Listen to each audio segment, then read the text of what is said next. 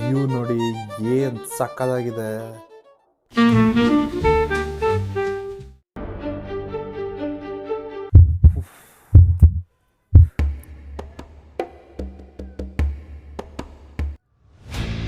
Shot super sir.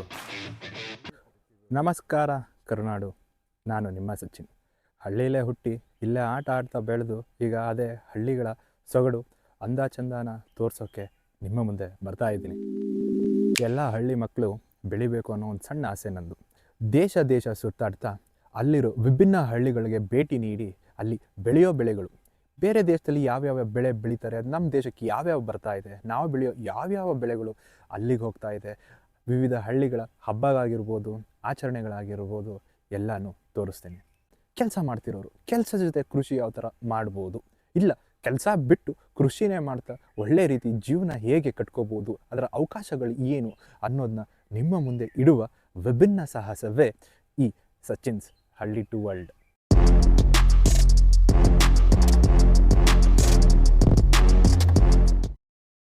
Hi friends, ಇದು ನನ್ನ ಮೊದಲನೇ ವ್ಲಾಗ್.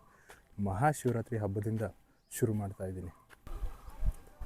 ಬನ್ನಿ, ನಮ್ಮ ಹಳ್ಳಿಲಿರೋ ಒಂದು ಬೆಟ್ಟ, ಮಾಲಂಬಿ ಬೆಟ್ಟ ಅಂತ, ಇಲ್ಲಿ ಹಬ್ಬನ ಯಾವ ರೀತಿ ಮಾಡ್ತಾರೆ ಅಂತ ತೋರಿಸ್ತೀನಿ. ಈ ಮಾಲಂಬಿ ಅನ್ನೋ ಬೆಟ್ಟ ಇರೋ ಜಾಗ ಬಂದು ಕೊಡಗು ಜಿಲ್ಲೆ ಸೋಮವಾರಪೇಟೆ ತಾಲೂಕು. ಇಲ್ಲಿರೋ ದೇವಸ್ಥಾನ ಬಂದು ಮಳೆ ಮಹದೇಶ್ವರ ದೇವಸ್ಥಾನ ಅಂತ. ಇದರ ವಿಶೇಷ ಏನಂದರೆ ಪ್ರತಿ ಶಿವರಾತ್ರಿ ಹಬ್ಬದ ದಿನ ಒಂದು ಸರಿ ಎಲ್ಲ ಬೆಟ್ಟ ಹತ್ತುತ್ತಾರೆ. ಈ ಬೆಟ್ಟ ಹತ್ತೋ ನಂಬಿಕೆ ಏನಂದರೆ ಹಬ್ಬದ ದಿನ ಬಂದು ಪೂಜೆ ಮಾಡಿಸಿದ್ರೆ ಇದೇ ವಾರ ಮಳೆ ಬರುತ್ತೆ ಅನ್ನೋ ನಂಬಿಕೆ ಇದೆ. ಅದಕ್ಕೋಸ್ಕರ ಸುತ್ತಮುತ್ತ ಹಳ್ಳಿಯ ಎಲ್ಲ ಜನರು ಬಂದು ಬೆಟ್ಟ ಹತ್ತುತ್ತಾರೆ. ಬನ್ನಿ ನೋಡೋಣ ಯಾರ್ಯಾರು ಬೆಟ್ಟ ಹತ್ತುತ್ತವ್ರೆ ಅಂತ. ನೋಡಿ, ಚಿಕ್ಕ ಮಕ್ಕಳು ಇದ್ದಾರೆ, ಹೊಸ್ದಾಗಿ ಮದುವೆ ಆಗಿರೋ ಜೋಡಿಗಳು, ಫ್ಯಾಮಿಲಿಗಳು, ಮತ್ತು ಅಜ್ಜಿ ತಾತಂದರು ಎಲ್ಲ ಇಡೀ ಊರೇ ಬೆಟ್ಟ ಹತ್ತುತ್ತಾ ಇದೆ.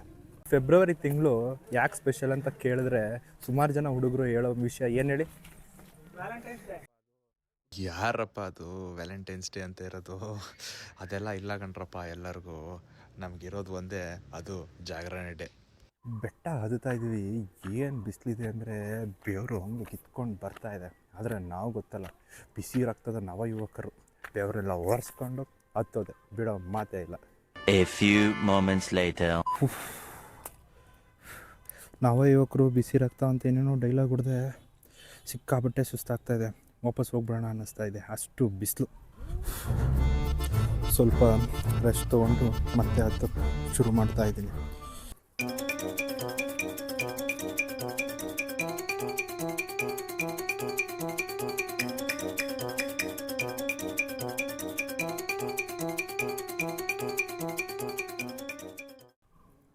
ಈ ಬೆಟ್ಟದ ವಿಶೇಷ ಏನಂದರೆ ಇದನ್ನು ಕಾಫಿ ಎಸ್ಟೇಟ್ ಮಧ್ಯೆ ಹತ್ಕೊಂಡು ಹೋಗಬೇಕು. ಇಲ್ಲಿ ನೋಡಿ, ಕಾಫಿ ಗಿಡಗಳೆಲ್ಲ ಕಾಣಿಸ್ತಾ ಇದೆ.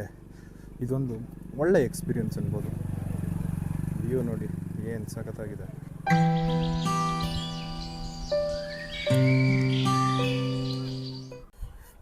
ಇಲ್ಲಿ ನೋಡಿ, ಅರ್ಧ ದಾರಿ ಬಂದುಬಿಟ್ಟಿದ್ವಿ. ಇಲ್ಲಿ ಮಜ್ಜಿಗೆ ಕೊಡ್ತಾರೆ. ಮಜ್ಜಿಗೆ ಕುಡ್ಕೊಂಡು ಆರಾಮಾಗಿ ಹೀಗೆ ಮೇಲಕ್ಕೆ ಬೆಟ್ಟ ಹತ್ಕೊಂಡು ಹೋಗೋದು ಕಾಫಿ ಎಸ್ಟೇಟ್ ಮಧ್ಯೆ.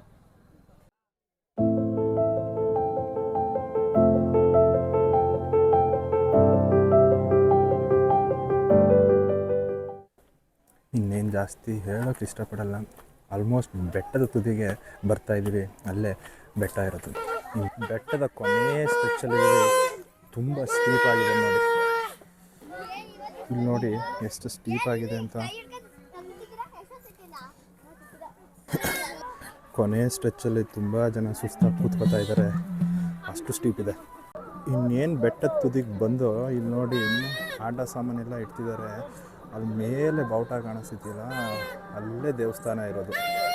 ಇನ್ನೊಂದು 5 ನಿಮಿಷ ಬೆಟ್ಟ ಹತ್ತಿದ್ದು ಮುಗೀತು ನಮ್ಮದು. ಬೆಟ್ಟದ ತುದಿಗೆ ಬಂದು ಇದೇ ನೋಡಿ ದೇವಸ್ಥಾನ.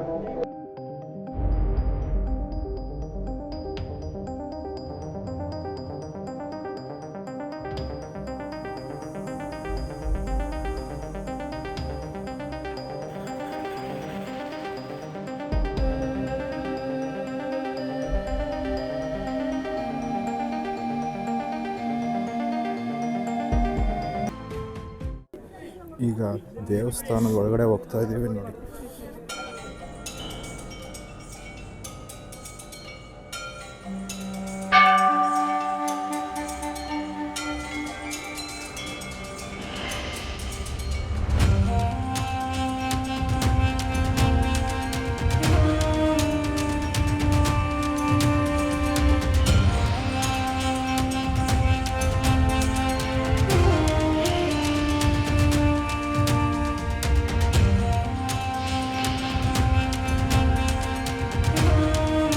ದರ್ಶನ ಎಲ್ಲ ಮುಗೀತು. ಈಗ ಬೆಟ್ಟ ಇಳಿತಾ ಇದೆ ನೋಡಿ. ನೋಡಿ ಬೆಟ್ಟದ ತುದಿಲಿ ಇದು ಪ್ರಸಾದಕ್ಕಿರೋ ಕ್ಯೂ. ದೇವಸ್ಥಾನಕ್ಕೆ ಎಷ್ಟು ಕ್ಯೂ ಇರುತ್ತೋ ಅಲ್ವೋ ಗೊತ್ತಿಲ್ಲ, ಪ್ರಸಾದಕ್ಕೆ ಮಾತ್ರ ಕ್ಯೂ ಇದೆ. ನಾನು ಕೊನೆಗೆ ಪ್ರಸಾದ ತಿನ್ನೋ ಕ್ಯೂ ಅಲ್ಲಿ ಬಂದು ನಿಂತ್ಕೊಂಡಿದ್ದೀನಿ. ಇಲ್ಲಿ ನೋಡಿ, ಇದೇ ಪ್ರಸಾದ.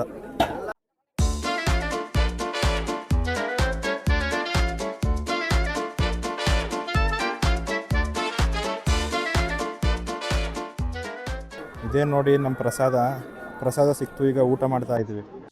ಬೆಟ್ಟ ಹತ್ತಿ ದೇವಸ್ಥಾನ ನೋಡಿ ಇಳಿತಾ ಇರ್ಬೇಕನ್ನೋ ನಮ್ಗೆ ಅನಿಸಿದ್ರು. ಈ ಹಳ್ಳಿ ಕಡೆ ಹಬ್ಬ ಹರಿದಿನ ಆಚರಣೆಯಿಂದ ಎಷ್ಟು ನಂಬಿಕೆಯಿಂದ ಹೆಂಗೆ ಉಳಿಸ್ಕೊಂಡು ಹೋಗ್ತಾ ಇದ್ದಾರೆ. ಹಳ್ಳಿ ಕಡೆ ಹಬ್ಬ ಎಲ್ಲ ನೋಡ್ತಾ ಇದ್ದರೆ ತುಂಬ ಖುಷಿಯಾಗುತ್ತೆ.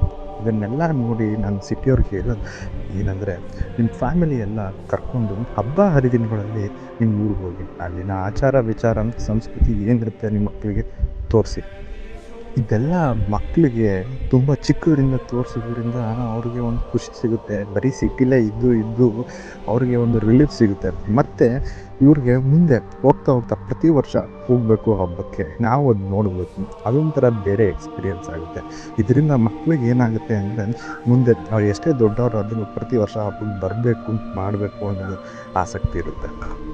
ಊರವರೆಲ್ಲ ಸೇರಿ ಅವರ ಕಷ್ಟ ಕೆಲಸ ಎಲ್ಲನೂ ಮರೆತು ಮಕ್ಕಳ ಜೊತೆ ಮಕ್ಕಳಾಗಿ ಹಬ್ಬ ಮಾಡ್ತಾ ಅವರ ಕಷ್ಟ ಎಲ್ಲ ಮರೆಸೋ ಶಕ್ತಿ ಅಥವಾ ಜನನ ಕೂಡಿಸೋ ಶಕ್ತಿ ಇರೋದು ನಮ್ಮ ಹಳ್ಳಿಗೆ ಮಾತ್ರ. ಬೆಟ್ಟನ ಇಳಿದು ಈಗ ಆಲ್ಮೋಸ್ಟ್ ಎಂಟ್ರಿ ಪಾಯಿಂಟ್ ಹತ್ರ ಬಂದಿದ್ದೀವಿ. ಬೆಳಗ್ಗೆ ಸುಮಾರು 10 ಗಂಟೆಗೆ ಶುರು ಮಾಡಿದ್ದು, ಈಗ 3 ಗಂಟೆ. ಆಲ್ಮೋಸ್ಟ್ ಅಲ್ಲೇ ದೇವಸ್ಥಾನದ ಹತ್ರ 1-1.5 ಗಂಟೆ ಇದ್ದು ಇಳಿತಾ ಇದ್ದೀವಿ. ಇದೇ ನಮ್ಮ ಎಂಟ್ರಿ ಪಾಯಿಂಟ್. ಇನ್ನು ಇವತ್ತು ಉಳಿದಿರೋದು ಒಂದೇ, ಅದೇ ಜಾಗರಣೆ. ಬೆಟ್ಟ ಹತ್ತು ಮುಗೀತು, ಇನ್ನು ಉಳಿದಿರೋದು ಒಂದೇ, ಅದು ಜಾಗರಣೆ ಅಂತ ಆಗಲೇ ಹೇಳಿದ್ದೆ. ಅದೇ ರೀತಿ ಇಲ್ಲಿ ಫೆಡ್ಲೈಟಲ್ಲಿ ಜಾಗರಣೆ ಮಾಡಿಸ್ತಾ ಇದ್ದಾರೆ. ಅದು ವಾಲಿಬಾಲ್ ಮ್ಯಾಚ್ ಆಡಿಸ್ತಾ ಈ ಜಾಗಕ್ಕೆ ಬಂದಿದ್ವಿ. ನಮ್ಮ ಹುಡುಗರಿಗೆ ಕ್ರಿಕೆಟ್ ಅಥವಾ ಸ್ಪೋರ್ಟ್ಸ್ ಯಾವುದೇ ಆಗಿರಲಿ ನಿದ್ದೆ ಎಲ್ಲ ಹೋಗಿ ಫುಲ್ ಜೋಶಲ್ಲಿರ್ತಾರೆ. ಎಷ್ಟು ಅದ್ಭುತವಾಗಿ ಆಡ್ತಿದ್ದಾರೆ ನೋಡಿ ನಮ್ಮ ಹಳ್ಳಿ ಪ್ರತಿಭೆಗಳು. ನೋಡೋಕ್ಕೆ ಬೇಜಾರೇ ಆಗಲ್ಲ. ಆಗಲೇ ಮ್ಯಾಚ್ ನೋಡಿ ಸಖತ್ತಾಗಿ ಆಡಿದರು. ಈ ಮ್ಯಾಚ್ ತುಂಬ ಚೆನ್ನಾಗಿದೆ. ನಮ್ಮ ಹಳ್ಳಿ ಕಡೆ ತುಂಬ ಸಖತ್ತಾಗಿ ಆಡ್ತಾರೆ. ಒಳ್ಳೆ ಸಪೋರ್ಟ್ ಕೂಡ ಇದೆ ಕ್ರೌಡಿಂದ. ಸ್ವಲ್ಪ ಹೊತ್ತು ಆರಾಮಾಗಿ ನೋಡೋಣ ಯಾವ ಥರ ಆಡ್ತಾರೆ ಅಂತ.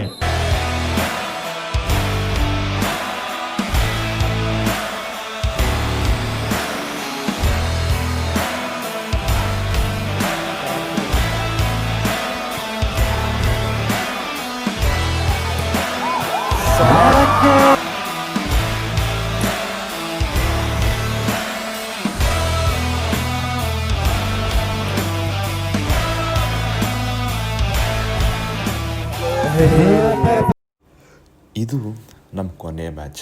ಬೆಳಗ್ಗೆ ಆಗಲೇ 4:15 ಆಗ್ತಾ ಬಂತು.